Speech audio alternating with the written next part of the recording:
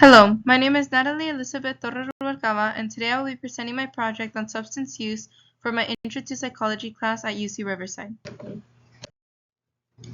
Some of the main topics that I will be discussing today are how substance use can develop into disorders and how those disorders can develop into dependence that has both physical and mental effects on one's life.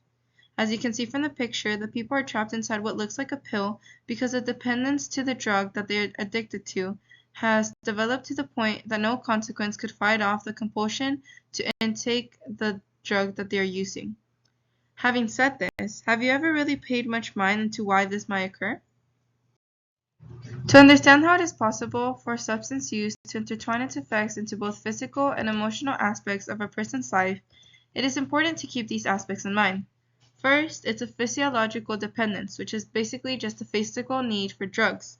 The psychological dependence, which is the emotional need for drugs. Tolerance, which is needing more of a drug in order to achieve an expected result. And withdrawal, which is the symptoms one suffers from when discontinuing drug use. Now, through the physical and emotional need for drugs, it is very easy for someone to become dependent on a drug to the point in which they are at a constant fight or flight mindset if their needs are not met to their expectations. It is because substance use can affect a person on both psychological and physiological levels that it takes control over a person entirely. Physically, once a person is dependent on a drug or substance, it is very dangerous for them to stop using it immediately because their body has become accustomed and dependent on receiving doses of the substance, and if those needs are not met, the repercussions can be medically grave. Psychologically, the dependence to the substance creates an unhealthy relationship that allows for the person to prioritize the substance over any other aspect in their life, and therefore justifying any means necessary to get what they want, hence the violent behavior in addicts. Usually, this is due to a person developing a tolerance for the substance and increasing their regular dose often to achieve the results they were able to meet easily before. Since the dose of the substance usually starts small, the more the substance is used, the more the body gets used to it, and the more that is needed for that pleasant feeling to be met. And as I previously mentioned, although it may seem simple to simply stop using the substance entirely, the symptoms from ceasing to use the drug entirely can have serious and painful repercussions, which is why recovering addicts are advised to lower the dose of the drug over time rather than quitting cold turkey. For perspective, potential withdrawal symptoms could include seizures, gastric bleeding, rapid heart beating, insomnia, change in blood pressure, nutritional deficiency, and relapse due to the painful experience that they suffer and needing something to help them relieve from the pain. Before moving further, I'd like to give some background information on some key points that will make the next topic easier to understand.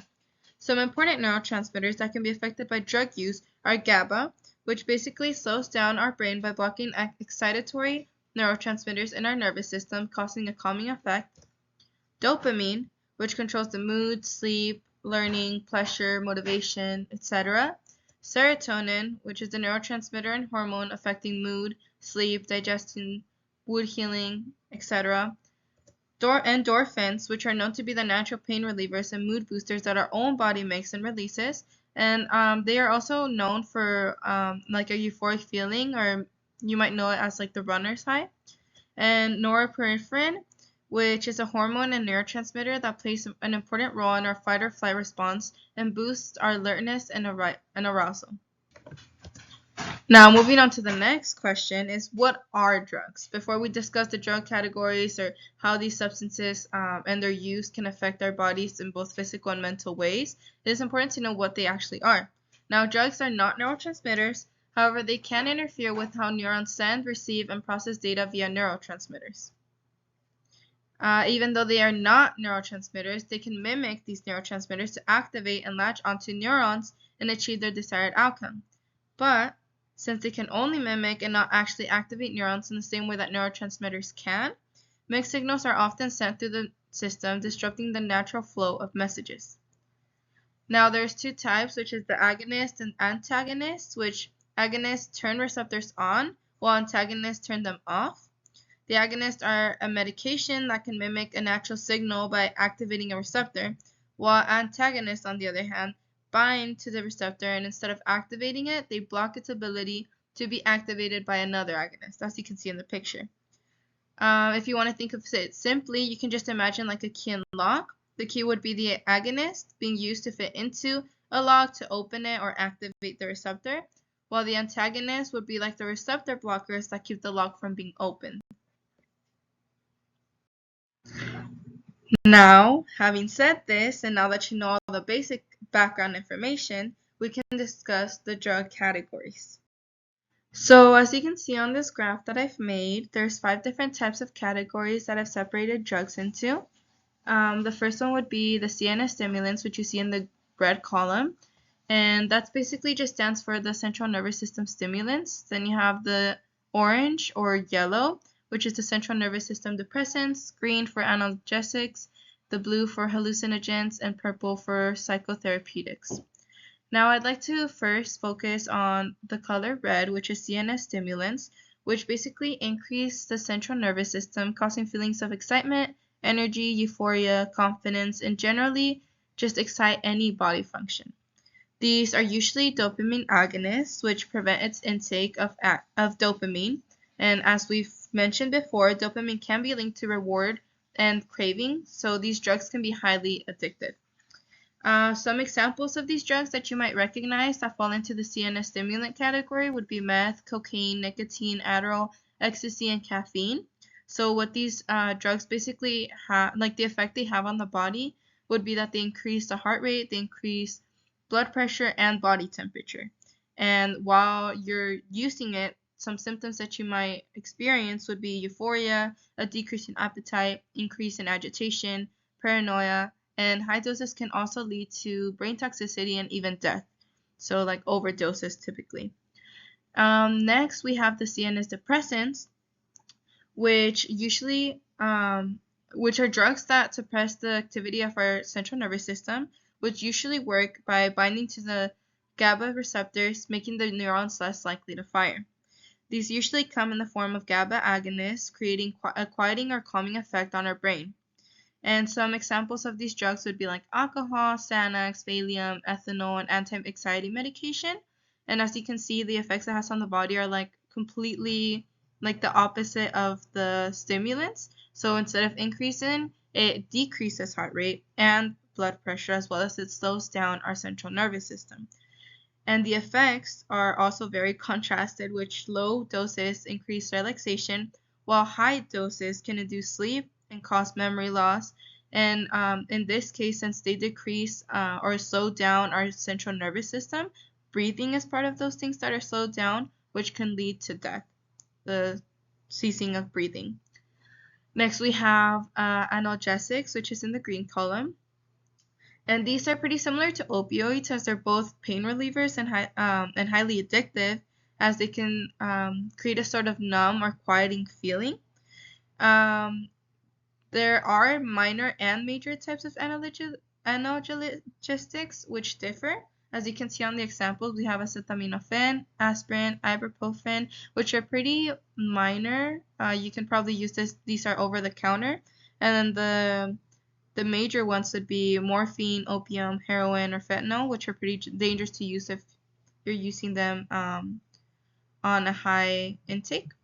Then we have the effects that it has on the body, which is that it decreases pain, it dilates pupils, it decreases respiratory function, similar to how depressants work. Now, some of the effects after use would be pain relief, sleepiness, a sense of euphoria, but in high doses, it could lead to death due to the respiratory depression. Next, we have the hallucinogens, which are psychoactive drugs that create altered states of consciousness by altering mood and perception, and like the name suggests, can cause hallucinations. So some of these examples that you're probably familiar with would be LSD, mushrooms, PCP, ketamine, angel dust, ecstasy, and marijuana. Some of these effects are pretty similar to stimulants, which would be the increased heart rate and possible dissipation of blood pressure over time. So it is an increase rather than a decrease. And some of the effects after having used this drug are mild or intense perceptual changes depending on strain, choice of intake, and the individual. So it really varies depending on which drug you take, how you take it, and your status at the time. Lastly, we have the psychotherapeutics, which are which are typically used to treat psychosis or mental disorders by affecting the mind, emotion, and behaviors of an individual. So these are typically used medically. So they're things that maybe a doctor will give you. So like Xanax, Prozac, Thorazine, and antidepressants. But obviously they can be overused or used in wrong ways. Some of the effects that it can have on the body would be that they're used to control a person's mood or behavior. So basically the effects just vary depending on what their desired outcome is. And lastly, the effects after use are that the difficulty of feeling emotion, the inability to cry, laugh, or experience usual feelings due to the doses of the medication. And it goes without saying that all of these are highly addictive. More specifically, alcohol. Now, for the sake of bringing all this information together, I'll focus on one substance and explain how its use can lead to a substance use disorder and affect our body, mind, and an individual as a whole. So now going into more detail, when under the influence of alcohol, our reaction time and vision decreases, our alertness drops, our control over behavior weakens, and in some cases, alcohol abuse can lead to a complete loss of consciousness. Now, through this example and through all of these things that occur when we're under the influence of alcohol, we can see how it is easy to develop a tolerance to alcohol. By drinking, at first you can get drunk really quickly by having just a little bit of alcohol in your system, but the more you drink, the more you're going to create a tolerance for it, and the more you're going to have to drink next time and the next time after that in order to feel the same effects that you used to feel with just one drink. This could create a dependence very quickly because since you are used to it or your body is starting to get used to alcohol, you're going to require more of it every time that you want to consume more and more and more. That way you can get the same effects. This can create a dependence in the way that once you start doing this very often and recreationally, you become dependent of it. You feel like it has to be part of your routine, like you can't go on with your day without it. And it creates a dependence that makes this your priority over anything else. Now, in terms of the way it affects our neurotransmitters, alcohol can change the charge of the GABA-gated chloride channel into a negative direction, which can push the neuron away from firing.